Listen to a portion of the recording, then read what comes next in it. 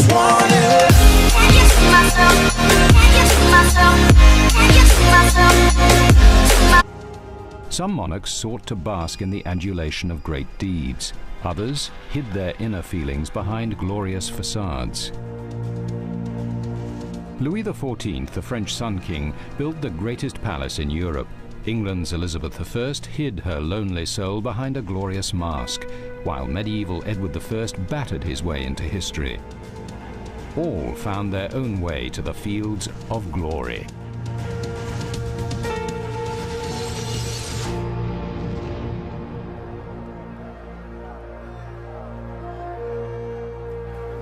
Jousting was the sport of kings in the Middle Ages, a test of manhood, bravery, and warrior skills. As the ladies of the court looked on, nobles and royalty pitted their strength in mock combat, according to the strict code of chivalry.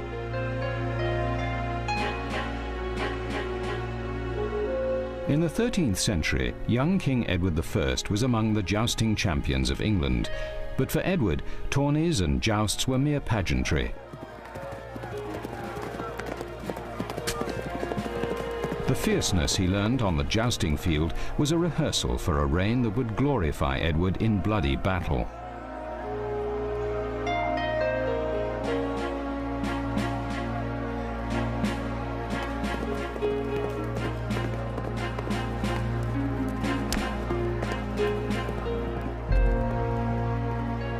Born in 1239, Edward was a man with a vision of glory for his kingdom.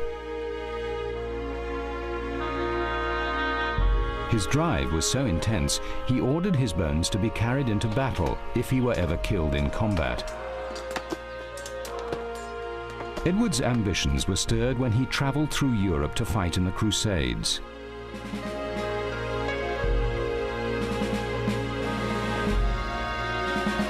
As he met Europe's powerful kings, Edward realized he had to unify Britain if England were ever to achieve greatness.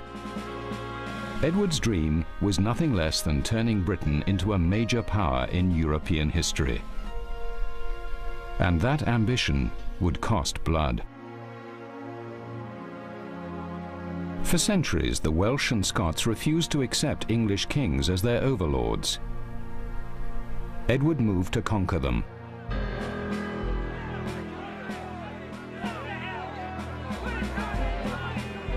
The king traveled for days across the country to meet his army, snatching sleep in his chainmail suit when he could.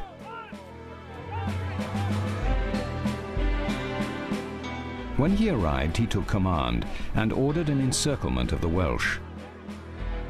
Fierce battles erupted. The Welsh, famed for their longbows and guerrilla tactics, fought back, but were no match for the lances of Edward's heavy cavalry. The first step in creating a major world power ended in victory for Edward. To keep the Welsh under control, Edward imposed his will in stone and iron. He built a ring of fortresses around Wales and installed loyal English barons to keep guard.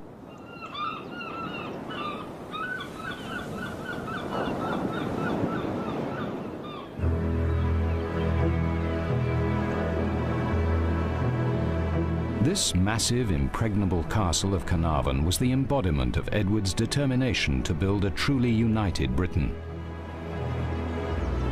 Carnarvon Castle stamped Edward's dominion on the landscape, reminding potential rebels of the grand power of the English throne.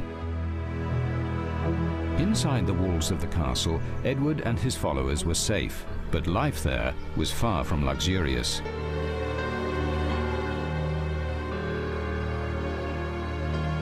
The castle was wet, cold, and cramped. The food was poor, and this was the sanitary facility, vertical chutes used as latrines. Nobody washed, not even the king, and their lice-infested coats were hung over the latrine so that ammonia fumes from the sewage would kill the parasites.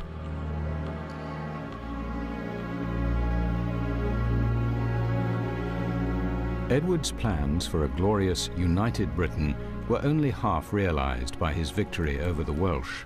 The king had yet to subdue Scotland. Edward's dream of national unity spurred him to such fearsome campaigns that he became known as the Hammer of the Scots.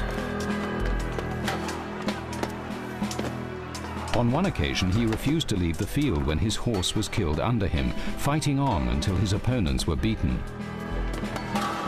But King Edward I was not to see victory, dying before the Scots were subdued. In a final gesture, Edward extended his will beyond life by ordering his remains to be carried into battle against the Scots until they were defeated.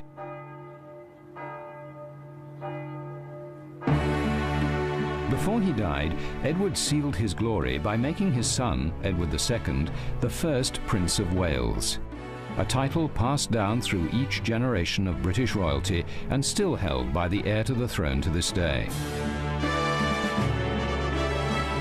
By subduing the Scots and the Welsh, Edward I set the goal many English monarchs pursued after him, a drive to unify the nation into one united kingdom and set the stage for England to become a world power.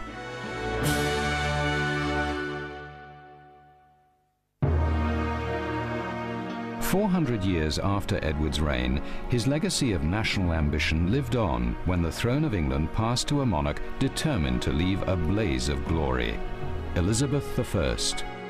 Elizabeth ruled over England's golden age at the end of the 16th century. English explorers commanded the seas, claiming and settling much of the New World as royal possessions. William Shakespeare wrote plays at the Globe Theatre, many in honor of Good Queen Bess. But in her quest for power and glory, Elizabeth paid a personal price. And her tragedies started when she was only a young girl. Elizabeth's father, Henry VIII, executed her mother, Anne Boleyn, and then declared Elizabeth illegitimate. The Pope excommunicated her. Her older sister became the Catholic Queen Mary and imprisoned Elizabeth because she was a Protestant sympathizer. Worst of all, she was a woman, at a time when women were meant to bear children, not rule nations. Elizabeth was 25 when her older sister Mary died, and Elizabeth assumed the throne unchallenged. The new queen was young, graceful, and elegant, and she was aware that projecting the image of power was as important as holding power itself. She liked to be known as Gloriana and the Sun Queen. She dressed in jewels and pearls. One outfit alone was adorned with over 300 gemstones. She was constantly losing rubies, emeralds, pearls, and sapphires, which fell from her clothes as she walked. She owned over 500 gowns and skirts, 125 petticoats, and 27 jewel-encrusted fans. Her jewelry collection was said to be the richest and most varied in Europe.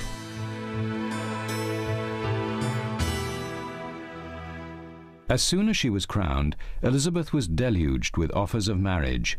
Russian Tsar Ivan the Terrible sought her hand, as did Eric XIV of Sweden. Even Philip II of Spain, the most powerful man in Europe, toyed with the idea.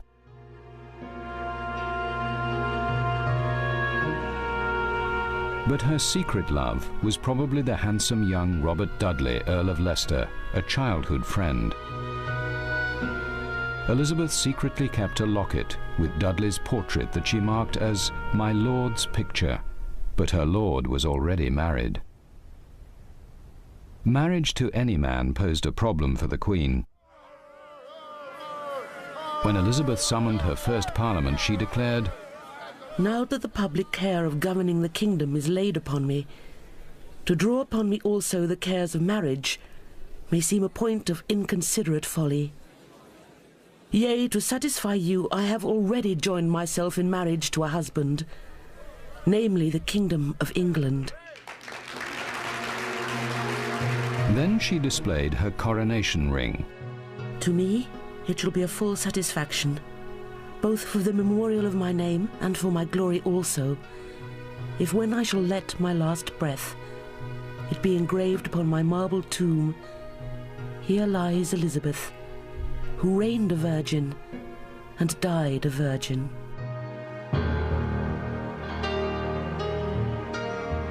Just a young woman when she spoke those words, Elizabeth kept her promise as she set out to establish a glorious reign. When Philip II of Spain, her rejected suitor, launched an invasion of England, Elizabeth seized her chance to show her true glory. In 1588, a massive Spanish armada of 130 ships and 17,000 soldiers sailed up the English Channel to attack England. As the armada approached, Elizabeth travelled to visit her troops. I am come amongst you, not for my recreation and disport, but being resolved in the midst and heat of battle to live and die amongst you all, to lay down my honour and my blood even in the dust, for my God, my kingdom, and my people. I know I have the body of a weak and feeble woman, but I have the heart and stomach of a king, and a king of England too.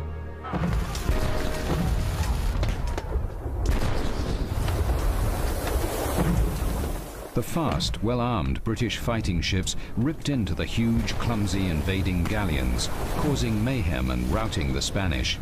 It was Elizabeth's most glorious hour. As her fame spread throughout Europe, everyone wanted her portrait. But Elizabeth was growing older and her looks were fading. She refused to sit for artists, but the Queen knew she had to keep up her public image as a vital and powerful ruler. She had this official pattern of her face made up. As a result, hundreds of near-identical portraits were produced, reflecting not the true Elizabeth, but a public relations image of an idealized, ageless sovereign. Elizabeth's official face gradually became a lie, and her real face disappeared beneath growing layers of powdered eggshell, alum, poppy seeds, and white lead. Yet somehow one portrait managed to slip through the net of official censorship. It showed a tired, deeply wrinkled face and an ill-fitting wig over a balding head. A far cry from the many official portraits painted the same year.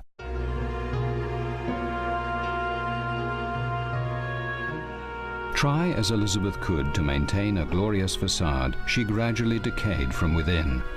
Her teeth turned black and her hair fell out. Though the public Elizabeth was still adored by her subjects, the private Elizabeth grew ever more lonely. But the Queen was still susceptible to flattery, and at the age of 57 she fell for the stepson of her old favourite Dudley. Handsome and half her age, the Earl of Essex charmed Elizabeth. She gave Essex the command of her army in rebellious Ireland, but he disobeyed the Queen's orders and ended up rebelling against her. Elizabeth was devastated, but as Queen she had no alternative but to punish Essex. She sent him to the Tower to be executed. Before his death, Essex wrote spitefully, "Being now an old woman, she was no less crooked and distorted in mind than she was in body." In the last months of her life, sadness overwhelmed Elizabeth. She had all the mirrors in her rooms removed, so she wasn't reminded of time's ravages and of glory past. Elizabeth died in March 1603. She was 69. 1,000 mourners followed her cortege to Westminster Abbey. Elizabeth's marble face was carved from her death mask, the true likeness of a queen whose real face few ever saw. Her epitaph was not as the Virgin Queen, but as the mother of her country, for glorious endowment both in mind and body, a prince incomparable.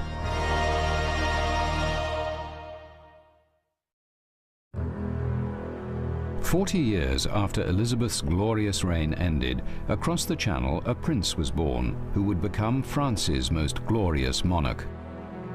But the start of his reign promised nothing but ignominy. Before dawn on a February morning in 1651, the boy king woke to hear the furious roar of an angry mob rioting against rising taxes. They were breaking into his palace.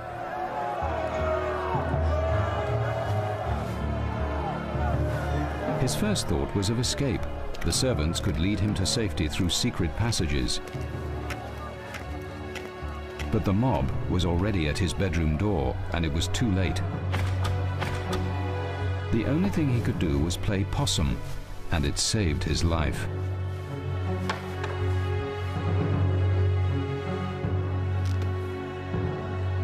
The mob was so charmed by the sleeping child, it said they left the palace on tiptoes, according to a witness. Whereas they had entered the palace like furies, they left it full of gentleness, asking God with all their hearts to protect their young king, whose presence had the power to charm them. The boy king was Louis XIV of France, who came to the throne at the age of 5. His reign was to be the longest and among the most glorious in European history. Louis grew up here, in the Palais Royal, in the center of Paris. It was a time of great upheaval. Harvests were bad and taxes were rising. The young King Louis was not even old enough to be crowned. He was besieged, not only by the Paris mob, but by his own nobles.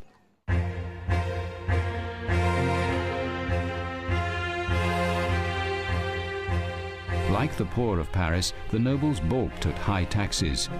They had private armies, and King Louis had trouble asserting his authority over them. He eventually came to terms with the nobles, but Louis would always fear his overmighty subjects.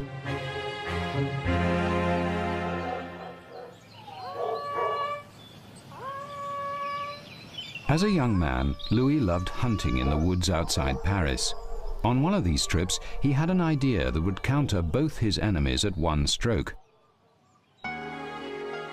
First, move the palace away from the rabble of Paris, and second, make court life so exclusive all the nobles would want to live directly under Louis's control, far from their own armies.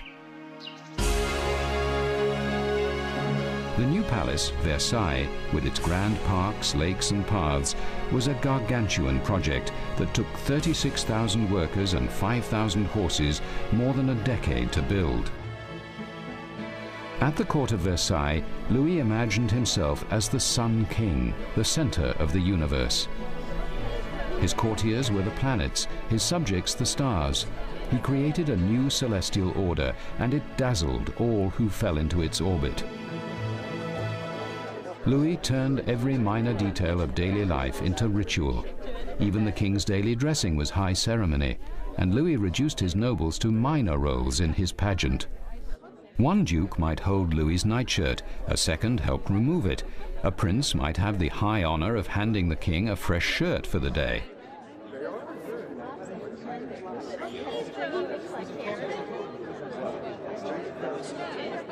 Once dressed, Louis held court in a series of state rooms. Dignitaries and ambassadors were ushered up the magnificent state stairway into the Venus or Diana drawing rooms, where they were permitted to pay homage to the Sun King. Glorious palace balls took place here, in the Hall of Mirrors. Its furnishings were all gold and silver, lit by 4,000 candles set on shimmering crystal chandeliers. Louis made Versailles so glorious that a noble who failed to attend court became a nobody. Nobles basked in the reflection of Louis's glory and caused him no more trouble. But beneath the glittering facade, all was not well. Louis himself remarked, "The vacation of kingship is great, noble and delightful, but it is not without hardships, exhaustion, anxiety. Sometimes the uncertainty drives one to despair." For all its glory, Versailles was not cozy. Kitchens were hundreds of yards from the dining room. By the time food reached the king, it was cold. The chimneys smoked. There was no sanitation in the building, and Louis's hunting dogs ran free inside, fouling the rooms. The great palace stank. And Louis was becoming a shadow of the glorious Sun King he had once been. Because of a failed dental operation, the king was unpleasant to watch at dinner. When he drank, liquid gushed through his nose, and, it was said, flowed from there as from a fountain. And Louis's personal hygiene consisted only of washing his hands with brandy. When he once rebuked his mistress for poor manners, she retorted, "At least I do not stink to high heaven as you do." Versailles was to be Louis's crowning glory, but it was also the scene of much grief for the king. In 1681, his official mistress was found to be practicing black magic on him. She was discreetly exiled. 2 years later, Louis's wife died, followed quickly by his son and heir, his daughter-in-law, and finally his grandson. And Louis was constantly ill. Toothaches, headaches, and fevers plagued him. An infestation of tapeworms made him a glutton. He ate 3 chickens at one meal even when he was dieting.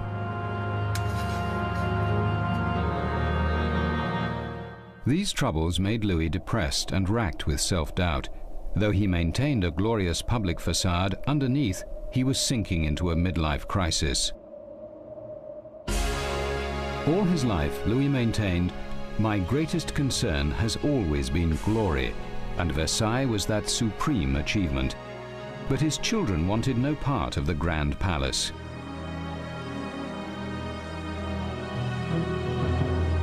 The royal youth fled Versailles for the bright lights of Paris, the city Louis once feared.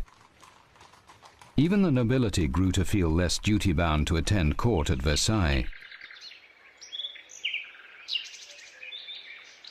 Alone and widowed, in 1684 Louis secretly married his children's nanny, the austere but kindly Madame de Maintenon. As his children left and his glorious court at Versailles waned, the Sun King sought comfort in Maintenon's matronly arms. She noted, "Here I am alone with him. I must bear his troubles if he has any, his sadness, his nervous dejection. Sometimes he bursts into tears which he cannot control, or else he complains of illness." Louis showed a desperate affection for her. Whatever love you have for me, I have even more for you, for the whole of my heart is at your disposal. As death approached, Louis could not resist one last flourish. His last recorded words were, I lived among the people of my court. I want to die among them. They have followed the course of my whole life, and it is only fair that they see me die. Gentlemen, it would not be fair that the pleasure that I have in prolonging these last moments in your company should keep you from your dinner. I bid you farewell and beg you to go and eat. Louis's reign lasted 72 years, the longest in European history, and in his old age the king, whose greatest concern had been glory, realized true fulfillment lay in the comfort of old friends and close family.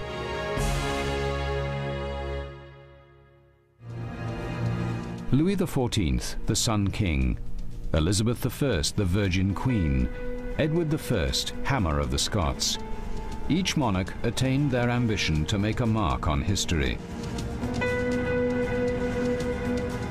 Whatever path they took, they sacrificed their all for the ultimate goal of glory.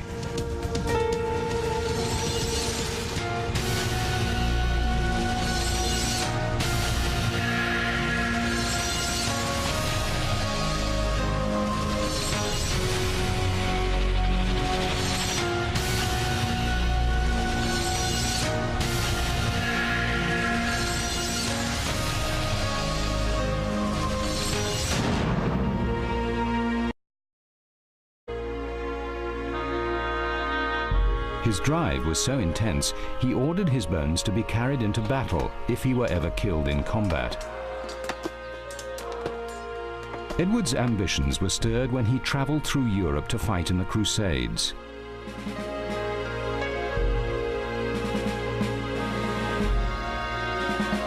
As he met Europe's powerful kings, Edward realized he had to unify Britain if England were ever to achieve greatness. Edward's dream was nothing less than turning Britain into a major power in European history. And that ambition would cost blood. For centuries, the Welsh and Scots refused to accept English kings as their overlords. Edward moved to conquer them. As the ladies of the court looked on, nobles and royalty pitted their strength in mock combat, according to the strict code of chivalry.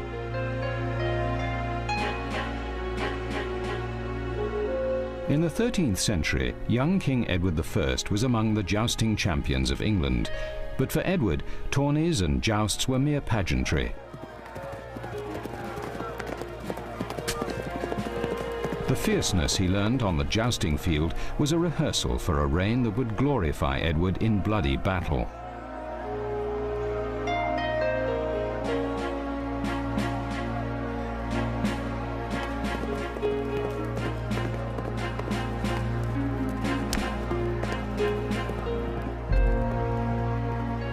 Born in 1239, Edward was a man with a vision of glory for his kingdom.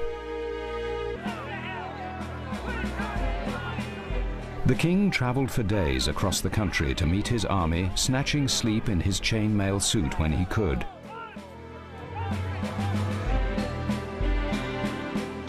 When he arrived, he took command and ordered an encirclement of the Welsh. Fierce battles erupted. The Welsh, famed for their longbows and guerrilla tactics, fought back, but were no match for the lances of Edward's heavy cavalry.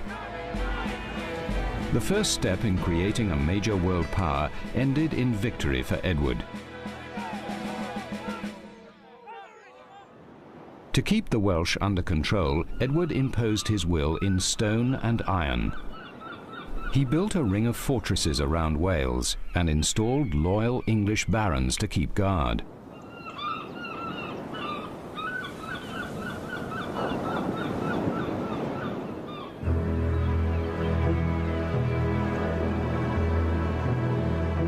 This massive, impregnable castle of Carnarvon was the embodiment of Edward's determination to build a truly united Britain. Carnarvon Castle stamped Edward's dominion on the landscape, reminding potential rebels of the grand power of the English throne. Inside the walls of the castle, Edward and his followers were safe, but life there was far from luxurious.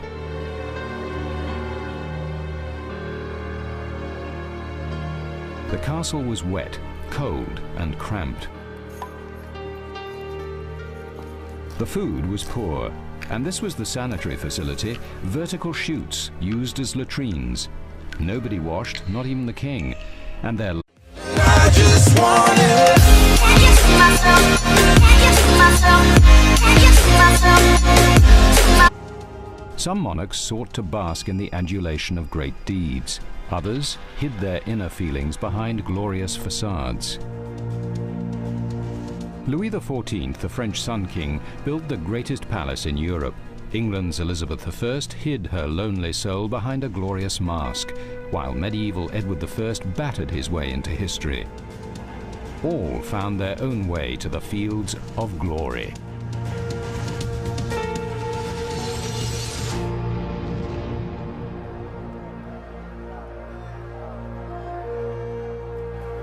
Jousting was the sport of kings in the Middle Ages, a test of manhood, bravery, and warrior skills.